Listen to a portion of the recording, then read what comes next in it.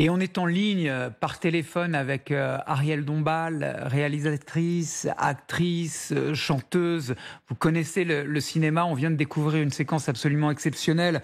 Alain Delon avait 25 ans dans Plein Soleil. René Clément, il est révélé au cinéma, il est révélé à la France, il est révélé au monde. L'homme Alain Delon qu'on perd aujourd'hui, Arielle Dombal. Oui, j'ai eu cette chance de rencontrer Alain et de faire un film avec lui. Et nous nous sommes vus souvent le long des années. Et je peux dire que c'était un ami.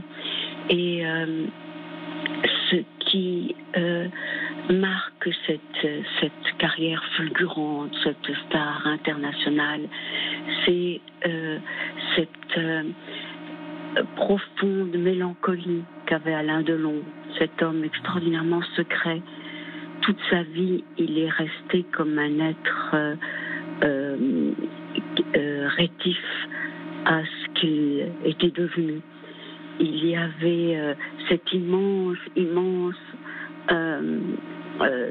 star internationale, et puis il y avait cet homme mélancolique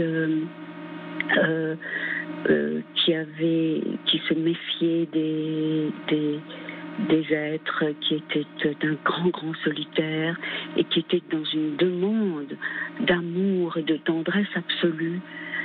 C'était ça qui était ce contrepoint étrange. Il était tellement conquérant quand il passait à la télé. Il était souvent son pire ennemi d'ailleurs, parce qu'il parlait mal de lui-même. Oui. C'est un homme qui ne s'aimait pas, vous diriez ça, Arielle Dombal? L'homme qui ne s'aimait pas? Je dirais que c'était un homme extraordinairement tourmenté et qui valait beaucoup plus et au-delà de son apparence.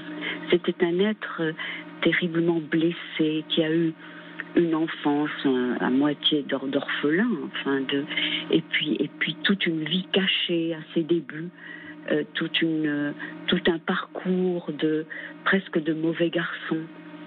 Et puis avec cette beauté incroyable, quand il entrait dans une pièce, tout le monde se retournait. Il portait sa beauté, il l'incarnait avec douleur.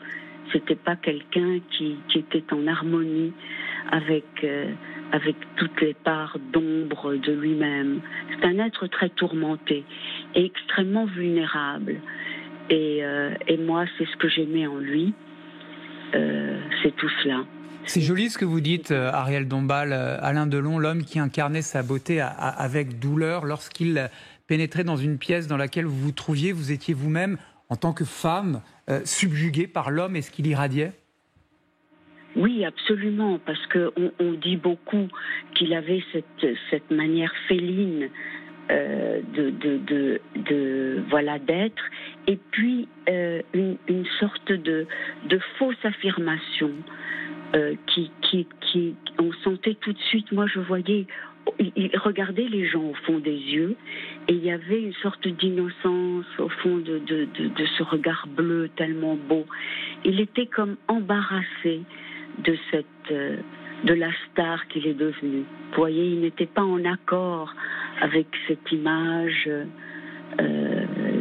écrasante, irradiante, mondiale. Et c'est ce qu'il avait de très très attachant. C'est cette immense vulnérabilité. C'était un animal très sauvage. C'est étonnant ce que vous dites, ça rappelle le titre d'un roman de Jean Cocteau qui s'appelle Thomas l'imposteur. Est-ce que c'était un peu l'imposteur de la vie qu'il menait, compte tenu de cette ascension sociale que vous rappelez, sa modestie, ce bagarreur, un enfant de la balle d'une certaine manière, devenu le monstre qu'il est devenu? Oui, mais le mot imposteur ne lui va pas, parce que c'était quelqu'un qui vivait cette double existence de ce personnage écrasant, aimé, vénéré, et puis cet être complètement tourmenté, il n'était jamais pleinement dans l'existence. Il était toujours soustrait attentif. Voilà, c'était jamais la gaieté éclatante. Bien sûr qu'il aimait rire, et comme nous tous, c'était un être qui pouvait être parfaitement social. Mais il était ailleurs. Vos mots sont choisis, Ariel Dombal, vos phrases sont découpées, on vous sent très affecté, très ému, je me trompe?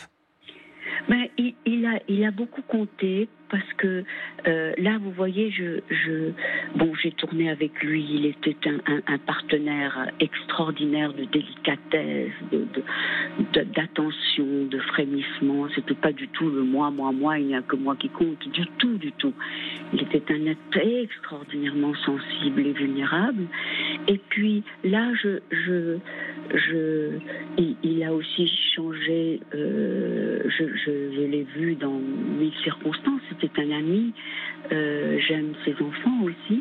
Et puis là, je vous parle. Je suis dans sa chambre parce que nous avons acheté sa maison, ce merveilleux endroit avec des si grands arbres au Maroc, ce vieux palais. Et voilà, ça a changé mon existence. Voilà, c'est tout. Vous avez eu la chance, Ariel Dombal, de croiser, de jouer avec Alain Delon. On aimerait beaucoup être à votre place. On a été posé, et vous allez voir, et vous allez écouter, c'est important d'entendre également les Françaises et les Français qui ont rencontré Alain Delon, mais au cinéma ou à la télévision. Et écoutez, regardez à quel point on est ému par l'annonce de ce décès, ce monstre qui s'est éteint. On a été interviewé des Françaises et des Français à La Rochelle. Je suis assez ému quand même parce que c'est quelqu'un de ma génération. Donc j'ai suivi Alain Delon dans Le Cercle Rouge, Le Samouraï, etc. Je pense qu'il a quand même une dizaine de très très très grands films. Je pense que à la fin c'était un peu triste. Eh ben, en voyant la nouvelle sur les réseaux, on s'est dit que c'était encore un grand homme qui partait. Il a fait quand même pas mal de choses. Même si on est jeune, on le connaît bien. Autant pour son art que pour les histoires de famille très médiatisées. Qui n'a pas vu un film d'Alain Delon au cinéma? Je pense que personne n'a pas vu un film d'Alain Delon au cinéma. Tout le monde connaît Alain Delon. Alain Delon, c'est un être qui vient de s'éteindre. C'est un monstre, une légende du cinéma français. Je vous propose de regarder cet extrait, un autre extrait de Borsalino avec un autre monstre. C'était Jean-Paul Belmondo et Alain Delon. Voilà, Ariel Dombal, deux hommes extraordinaires dans Borsalino. Jean-Paul Belmondo qui s'est éteint il y a 2 ans à l'âge de 88 ans. Alain Delon qui rejoint aujourd'hui à l'âge canonique de 88 ans. Vous disiez, Ariel, et je l'ai retenu, que vous connaissiez Anouchka et Alain Fabien, les 2 derniers enfants d'Alain Delon. Est-ce qu'il était affecté par les derniers combats et ces problèmes de succession autour de sa vie et qui ont marqué les derniers moments de son existence? Tout ça, vous savez, là, ça c'est vraiment en fait des tragédies qui arrivent dans toutes les familles, des déchirements autour de. Pour moi, ce n'est pas l'Alain Delon auquel je pense. Non. Je reste extraordinairement bouleversée, fidèle, et je l'aimerai toujours. Cet Alain Delon que j'ai connu, qui était un être tout à fait à part, un acteur sidéral, parce que aussi bien dans Le Guépard que dans L'Éclipse, que dans La Piscine, Monsieur Klein, c'est des moments avec lui, et dans Le Jour et la Nuit, le film que nous avons fait ensemble, c'est des moments qui pour moi restent irradiants, bouleversants. C'était un être tout à fait à part. C'était un grand artiste extraordinairement tourmenté, dont la vie n'était jamais c'est pas un être paisible, voilà. Il est comment sur un plateau? Vous avez eu la chance de tourner avec lui, vous le rappeliez, Ariel Dombal. Il est comment sur un plateau, Alain Delon? Alors, il est attentif à tout, il voit tout, il connaît tous les postes, il est très proche des techniciens. il sait exactement qui fait quoi. Il est très en demande toujours de précision. Il est comme un violon, comme un Stradivarius, et il demande la note qu'on veut qu'on lui joue. Voilà, qu'il veut interpréter. Il est très, il pose, il est vraiment très là. Il n'est pas du tout auto-centré. Il est extraordinairement attentif à ses partenaires, au moindre. C'est un être hypersensible qui n'est pas du tout dans le. Il n'y a que moi qui compte. Voilà. Non, c'est un être vraiment dans un partenaire étonnant de vulnérabilité, de sensibilité, d'attention. Voilà, là, nous étions aussi avec Lorraine Bacall sur ce film et avec des gens qu'il aimait beaucoup. C'était au Mexique, c'était une aventure incroyable.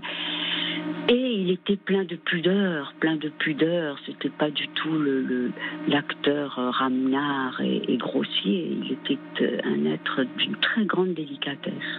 Il est étonnant ce contraste que vous soulevez, Ariel Dombal. Moi, je me souviens de l'avoir entendu dans une interview Alain Delon. Alors peut-être le disait-il avec ce décalage que vous soulignez, oui, et ce portrait que vous brossez. Il disait de lui, je suis un Dieu vivant, disait-il un peu immodestement, mais d'une certaine manière, lui, il avait le droit de le dire.